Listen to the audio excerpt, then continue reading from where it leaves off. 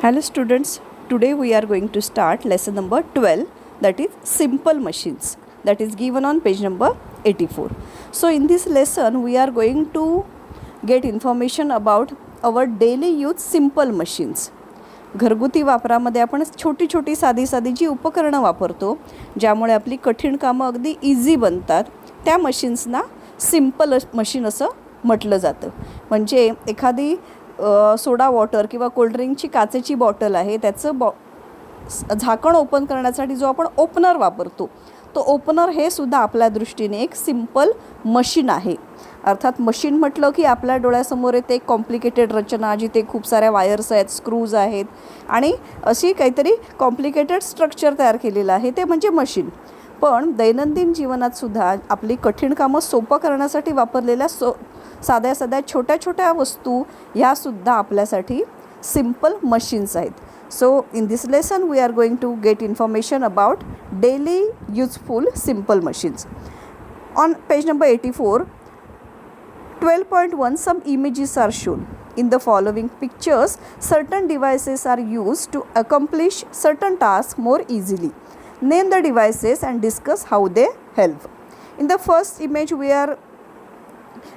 we see that a needle is used to join cloth. Then in the second picture, a man is carrying heavy load of soil using a simple cart. In the third picture, a bottle opener is shown, and using the opener it is easy to open the cap of the bottle. In the next picture there is nail cutter shown, and nail cutter easily cuts the nails. Then a pulley is shown. Pulley is used on well to drag water from the well. So this pulley helps easily to carry the load. And in the last picture, a man is cutting the wood using an axe. So this axe makes it easy to cut heavy wood. So such devices which are used to get more work done in less time and less effort are called machines. What are machines? Machines are devices which are used to get more work done in less time and less effort. So machines save our time and machines save our efforts also, and machines make our work easy. The nail cutter, the bottle opener, the wheel used to push the load shown in the picture are all machines.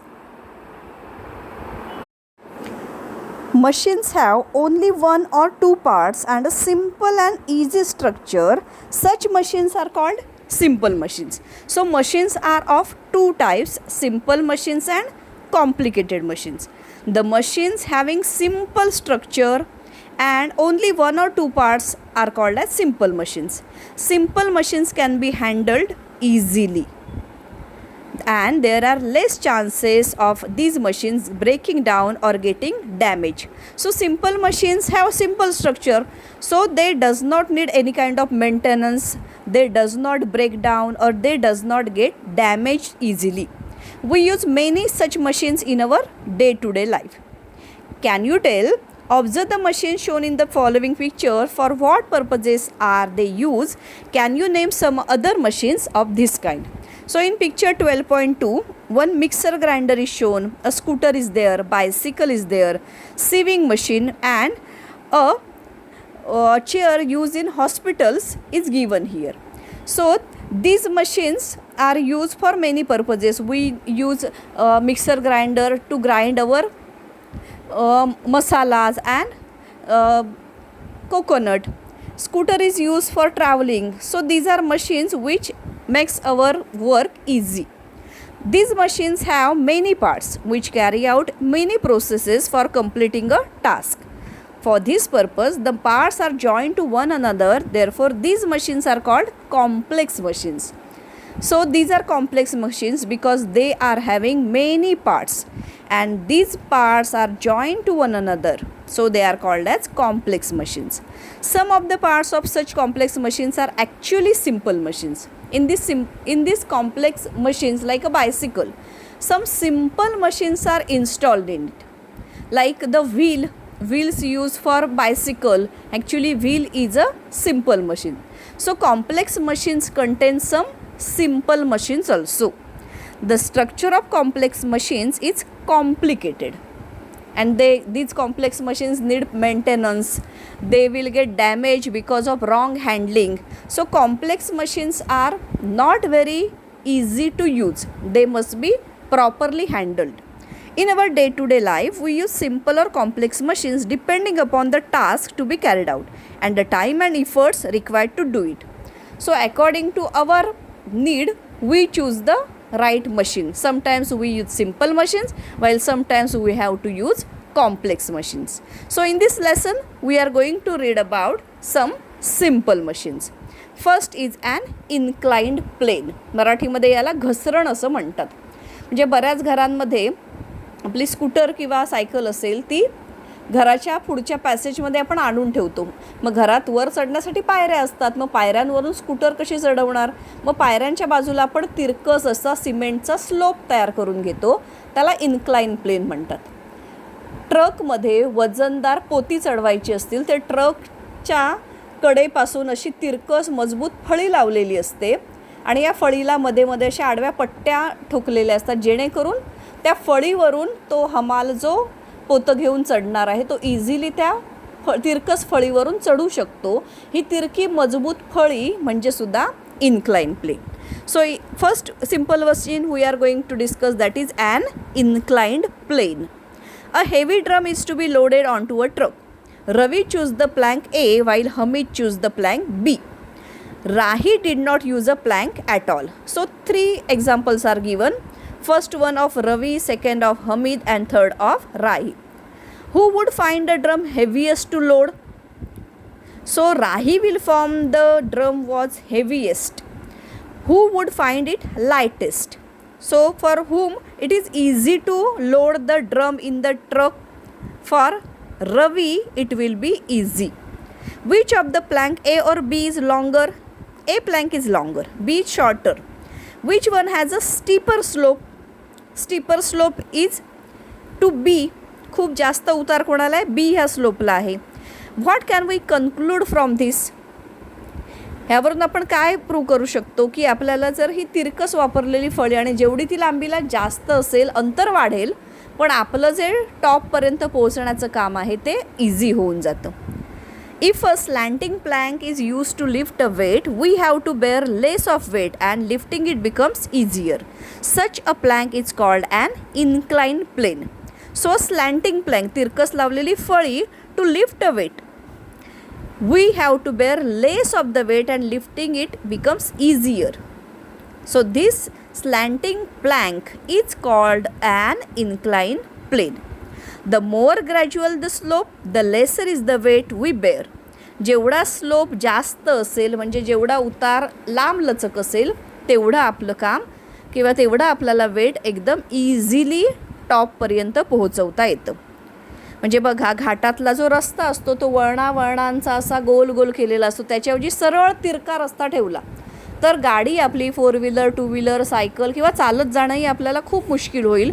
पण गोल गोल वळणांचा रस्ता असल्यामुळे अंतर वाढतं, पण प्रवास मात्र बिलकुल त्रासदायक किंवा बिलकुल त्या कारवर गाडीवर लोड येत नाही. इझिली ते वेट टॉपपर्यंत पोहोचवता येतं. The steeper the slope, the shorter the inclined plane, but we have to bear a great weight. जेवढा स्लोप आपण छोटा करू, म्हणजेच स्लोपची लेंथ कमी केली की स्लोप हा जास्त तीव्र उताराचा होतो आणि त्यामुळे वेट चढवणं हे जास्त कठीण होतं. Another activity is given here. Let's try this. Cut out a triangular piece of paper ABC that is shown in picture 12.4. ABC is a triangular paper. Draw a red line along the edge AC. To AC we have to draw red line using a sketch pen. Roll this paper around a pencil as shown in the picture. What do you see? If you roll the paper on pencil, it will look like given in picture 12.4. What do you see?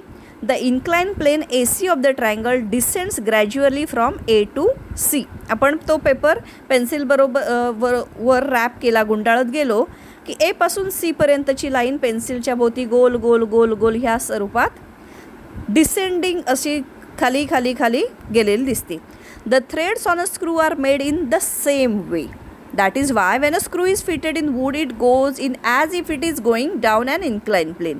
याच प्रकारची रचना स्क्रूमध्ये केलेली असते. Drill करून लाकडामध्ये आपल्याला screw बसवायचं असेल तर drill करून आपण छिद्र पाडून घेतो, होल मारून घेतो, त्यामध्ये स्क्रू घेतला आणि वर स्क्रू ड्रायव्हरने स्क्रूच्या वरती अशी खाच असते त्याच्यात स्क्रू ड्रायव्हर फिट केला आणि सहज रोटेट केलं की तो स्क्रू इझिली त्या लाकडात फिक्स होत जातो. Therefore less force is required to fit a screw than to hammer a nail.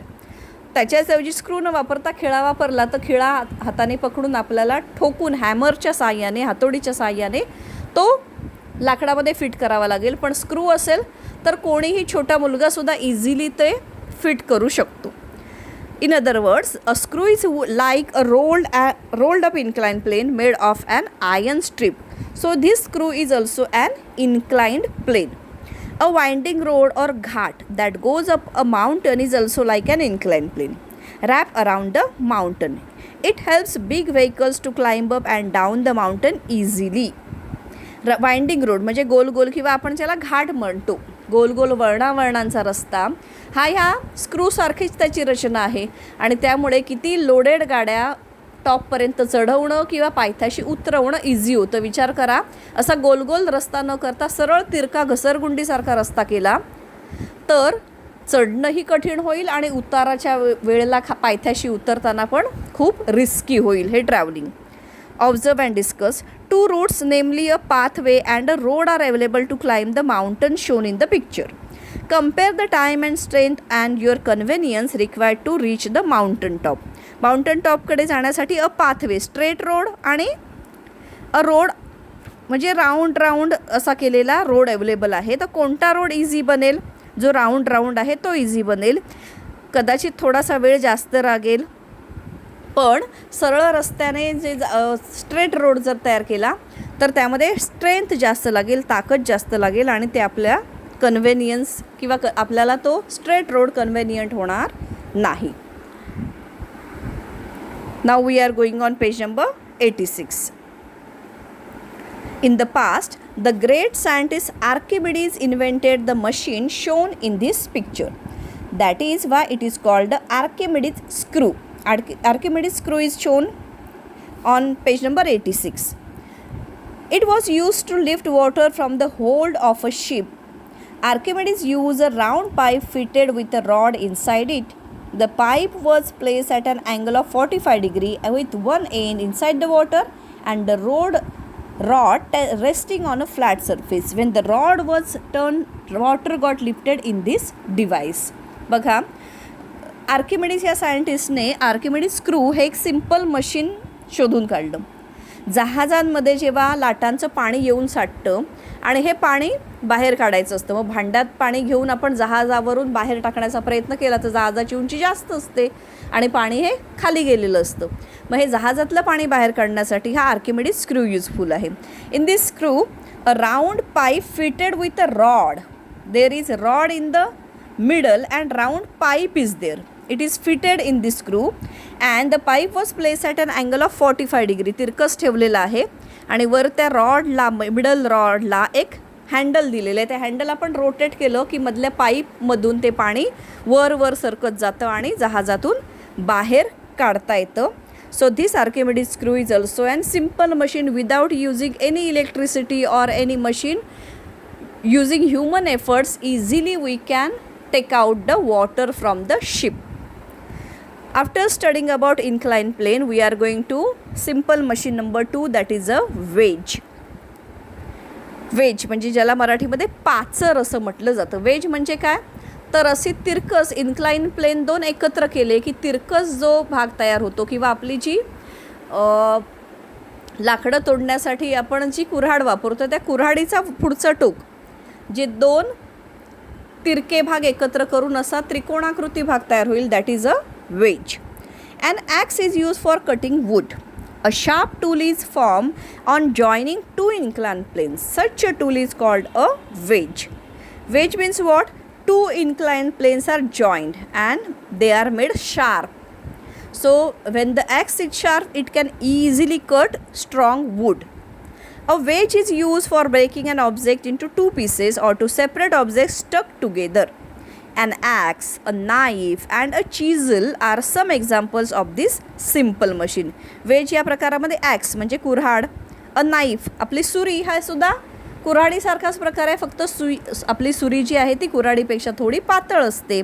Actually कुऱ्हाडीसारखीच same to same त्याची रचना असते. और चिझल म्हणजे दगडात वगैरे कोरीव काम करण्यासाठीची छिन्नी वापरतात, that is a chisel. Chisel is also like an axe. As well as a needle and a nail are also kinds of wedges. Nail and needle, सुई किंवा खिळा हे सुद्धा वेज आहेत, कारण ते शार्प असतात.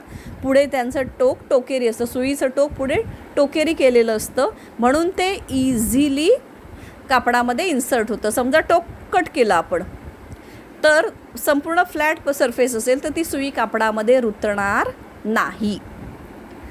Use your brain power. A needle is required for stitching cloth. We use a knife for cutting fruit.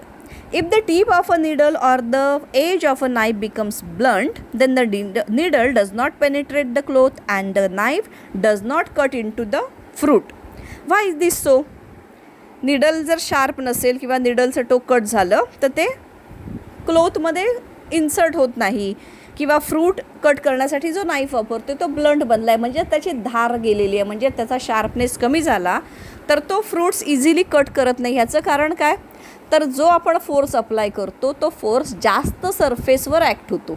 जेव्हा ती सुरी किंवा ती सुई शार्प असते तेव्हा आपण अप्लाय केलेला फोर्स हा छोट्या एरियावर अप्लाय झाल्यामुळे इझिली, म्हणजे फोर्स जास्त आणि जागा कमी, ह्यामुळे आपल्याला हवी ती कृती घडून येते.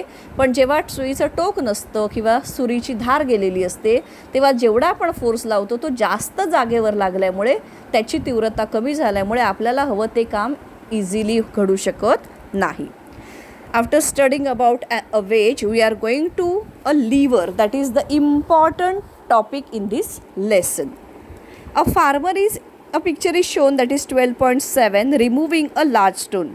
शेतामध्ये एखादा मोठा खडक येऊन पडला तर तो खडक एकटा शेतकरी त्या शेतातून सहज बाजूला करतो, त्यासाठी तो एखादी पहार वापरतो. ती पहार तो त्या मोठ्या खडकाच्या खालच्या दिशेने त्याचं टोक घालतो, टोकेरी जो भाग आहे तो, आणि आधारासाठी तिरकस एखादा दगड ठेवून पलीकडच्या बाजूने शेतकरी फोर्स अप्लाय करतो आणि तो पहारीच्या सहाय्याने तो मजबूत खडक बाजूला करतो. जिथे पलीकडे त्या शेतकऱ्याचे हात आहे तिथून त्याने प्रेस केलं, दाब दिला की पलीकडे तो दगड पुढे ढकलला जाईल, किंवा त्याने वर उचलली ती पहार तरी पण तो दगड पुढे ढकलला जाईल. A farmer is using a strong crowbar to remove the big stone bogged down in the farm. Such a machine is called a lever. Lever means what? A strong crowbar which is used by a farmer to remove the big stone. Means a strong bar, a strong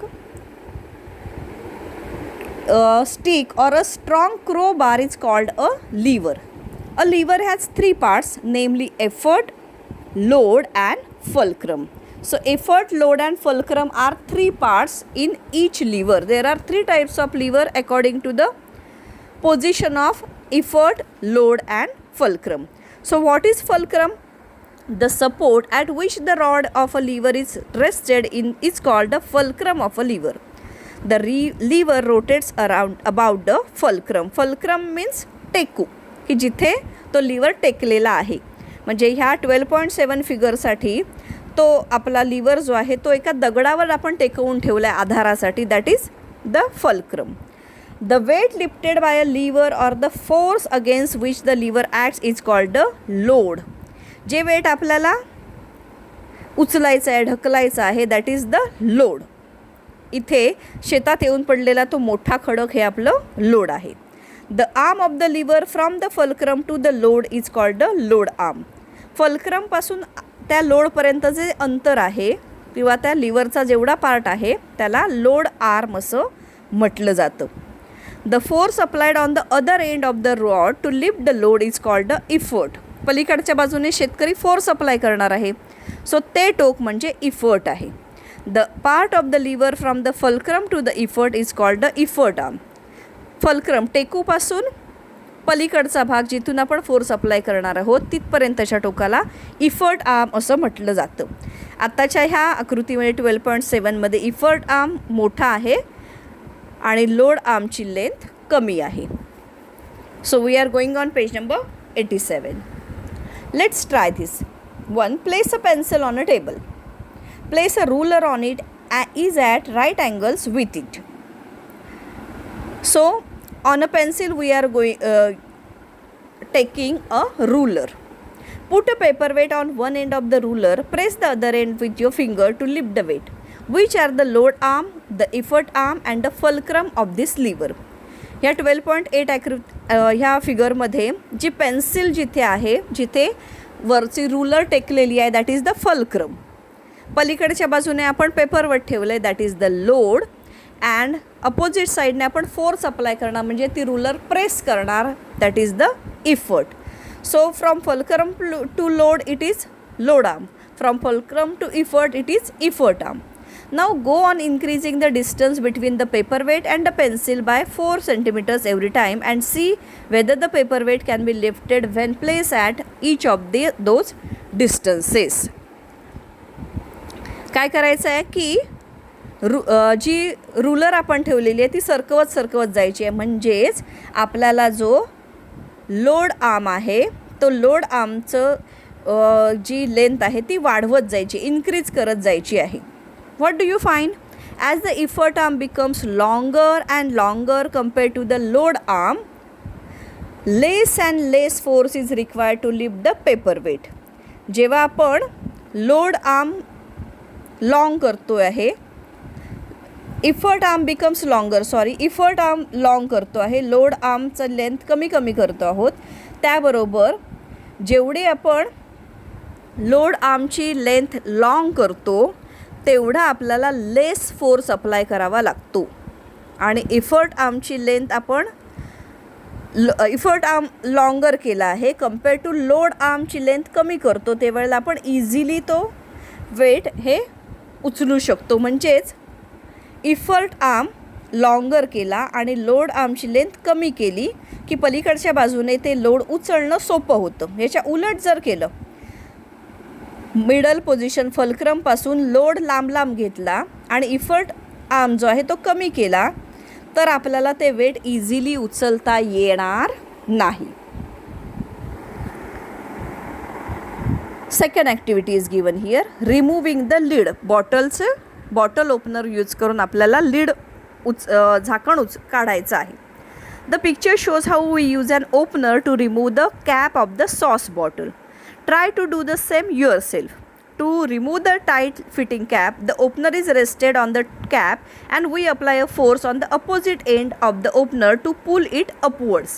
आपण opener असा वर उचलतो, त्याबरोबर पलीकडे त्या opener असा आपण arrange केलेला असतो की पलीकडे त्या सॉस बॉटलचं लीड जे आहे ते इझिली सेपरेट होतं.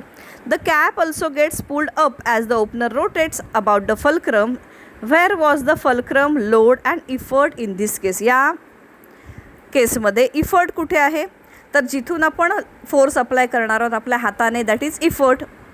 आपण तो ओपनर त्या पहिल्यांदा कॅपवर फिक्स केला, दॅट इज द फल्क्रम, टेकू आहे.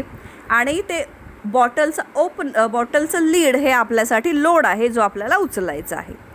So load is between fulcrum and effort. Load हा मिडल पोझिशनला आहे, पेपरवेटच्या पोझिशनमध्ये फल्क्रम मधोमध होता, इथे लोड मधोमध आहे. How do we lift an object using tongs. चिमटा वापरून आपण, म्हणजे आपल्या घरी पापड किंवा अन्य काही वस्तू परतण्यासाठीचा चिमटा असतो, पापडांसाठीचा चिमटा.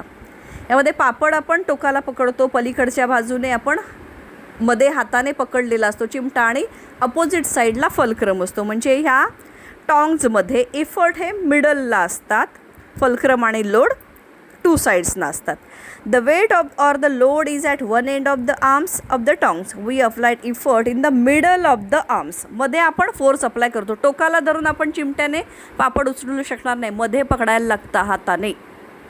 So effort is in the middle position. It means the effort is applied in the middle of the lever while the fulcrum and the load are at the opposite ends. इथे लोड आणि fulcrum हे opposite एंड्सला आहेत. मिडलला काय आहे, middle पोझिशनला काय आहे यावरून आपल्या लिव्हरचे 3 टाईप्स आहेत. There are 3 types of levers depending upon the positions of the effort, the fulcrum and the load. मिडलला काय आहे एवढंच आपल्याला लक्षात ठेवायचं आहे. फर्स्ट आणि लास्ट यांचा सिक्वेन्स आपण बदलू शकतो. In the first order fulcrum is in the middle. Fulcrum मिडलला आहे. पहिला लोड लिहा शेवटी इफर्ट, किंवा पहिला इफर्ट लिहा शेवटी लोड, असं चालेल. फक्त मिडलला काय आहे याला महत्त्व आहे. So in the first order of lever fulcrum is in the middle. In the second order of lever load is in the middle. And in third order of lever effort is in the middle. FLE असं लक्षात ठेवायचं आहे. Fulcrum, load and effort. First order fulcrum is in the middle, second order load is in the middle, and in the third order effort is in the middle. बाकी पहिला आणि last जे आहे ते तुम्ही कोणत्याही क्रमाने उरलेली 2 नावं लिहायची आहेत. फल्क्रममध्ये आहे तर एकीकडे लोड एकीकडे इफर्ट. लोडमध्ये आहे तर एकीकडे इफर्ट एकीकडे फल्क्रम. इफर्ट्समध्ये असतील तर एकीकडे लोड एकीकडे fulcrum. Use your brain power. Some machines we use in our day-to-day life are shown in the picture. What is the type of lever in each of the cases? So here some simple machines are shown, like a simple pushing cart is shown. कचरा गाडी वगैरे जी असते त्या टाईपचं आहे. त्याचं wheel जे आहे ते फल्क्रम आहे. मिडलला लोड आहे आणि टोकावरून आपण इफर्ट अप्लाय करतो. मिडलला लोड आहे म्हणजे कोणता प्रकार? Second type. त्यानंतर जी पक्कड आहे ज्याने आपण स्क्रू वगैरे रोटेट करतो ती जी पक्कड आहे यामध्ये एका बाजूला आपण इफर्ट लावणार आहोत. मिडलला फल्क्रम आहे आणि पलीकडच्या भागात लोड असतो.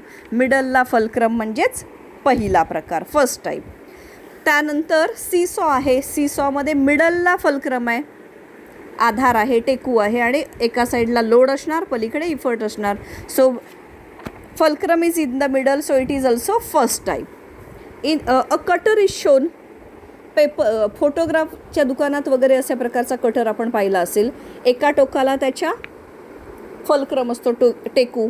मध्ये आपण लोड ठेवतो आणि पलीकडच्या बाजूने आपण इफर्ट अप्लाय करतो. मध्ये लोड म्हणजेच second type.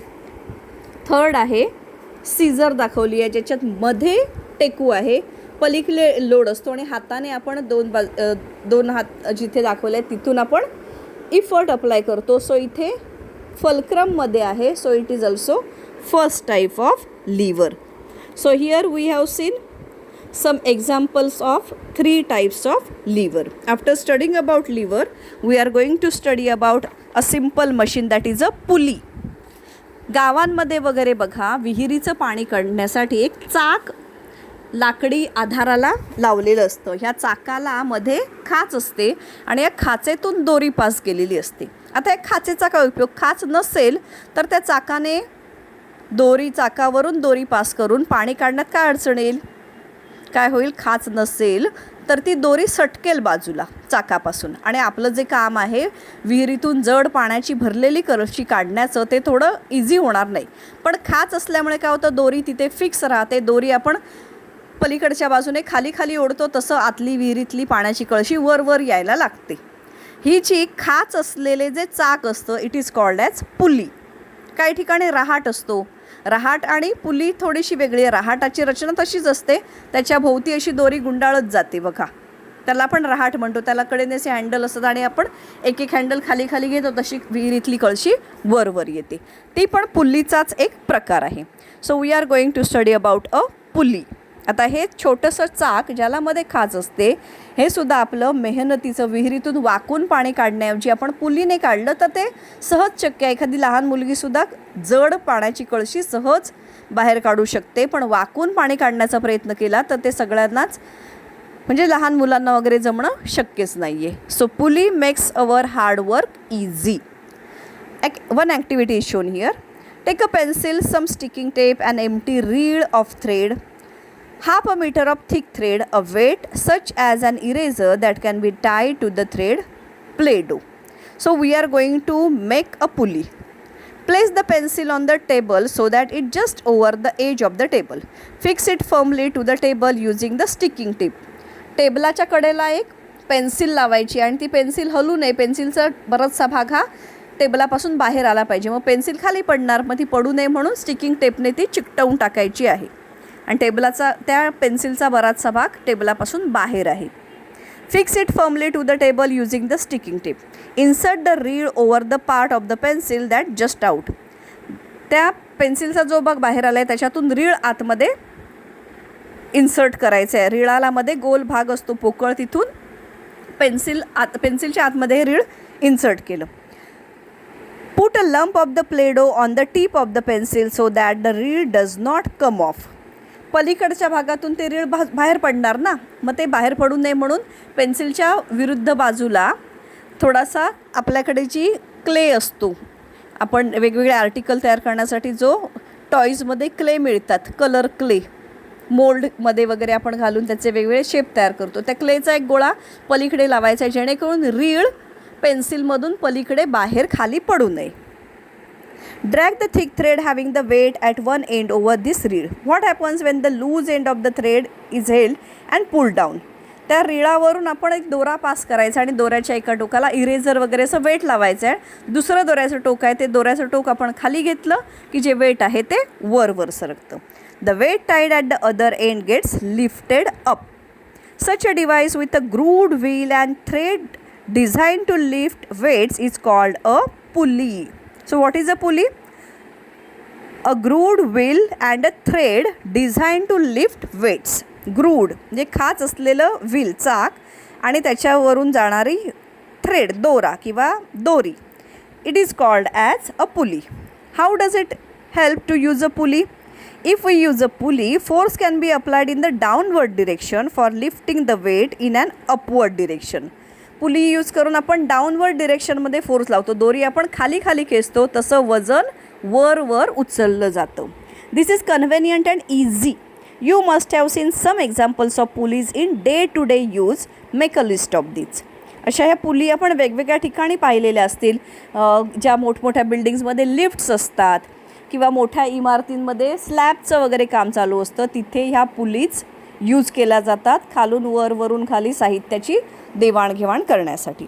After studying about pulley we are going to a wheel and axle.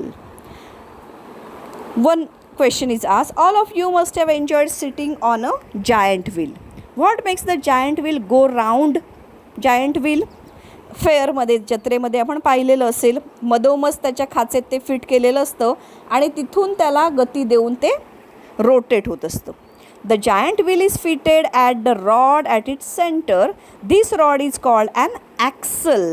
ज्या ठिकाणी हे जायंट व्हील फिक्स केलेलं असतं त्याला ॲक्सल असं म्हणतात.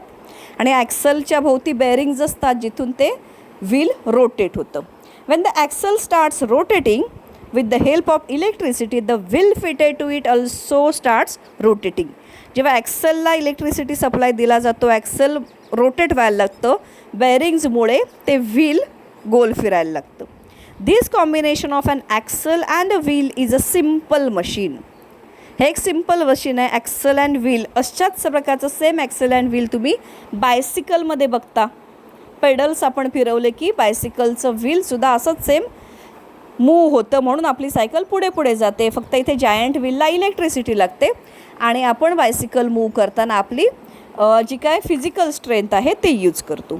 We see innumerable examples of its use. When the pedal of a bicycle is rotated the wheel also starts rotating. How does this happen? Same thing आहे. Axle rotate होतं जेव्हा आपण pedal move करतो. Axle फिरल्याबरोबर त्याला टेकलेली wheels move होतात आणि आपण सायकल पुढे नेऊ शकतो. तर इथे आपण वेगवेगळ्या सिम्पल मशीन्सचा स्टडी केला.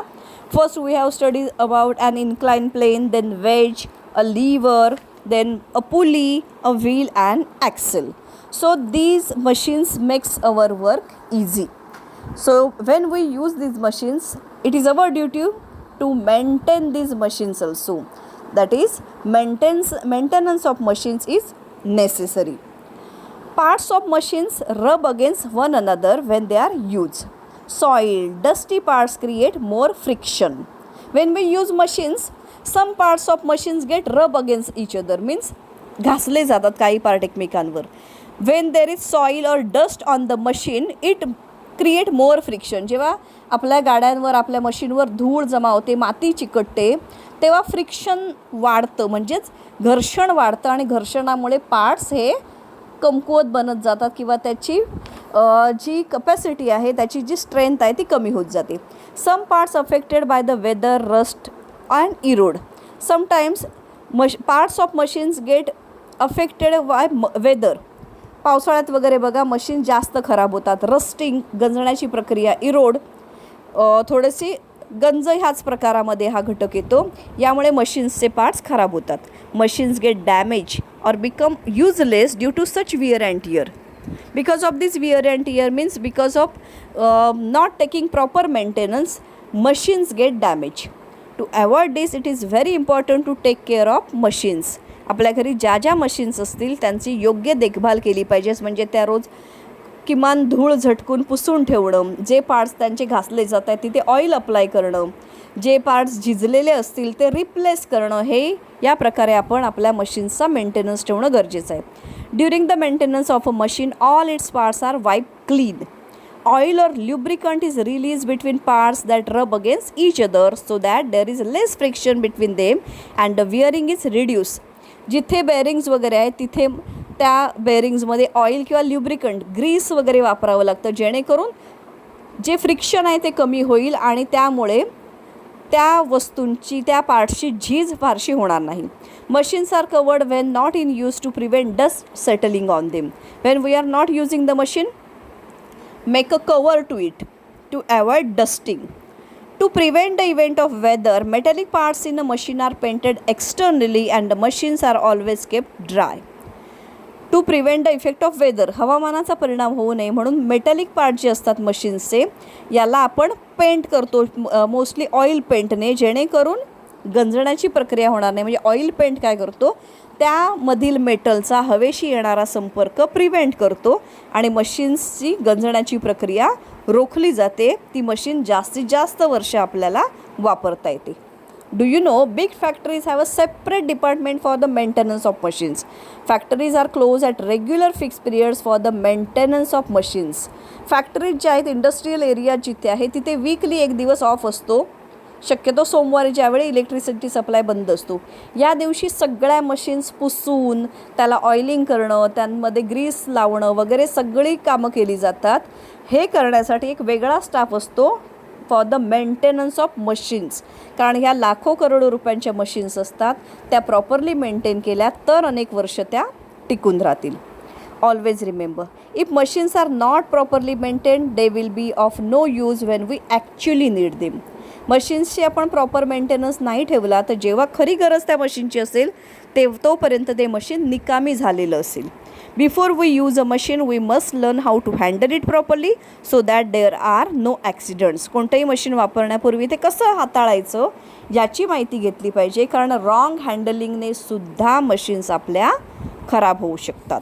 So in this lesson we have learnt about simple machines, and the main topic you have to remember, that is the types of lever.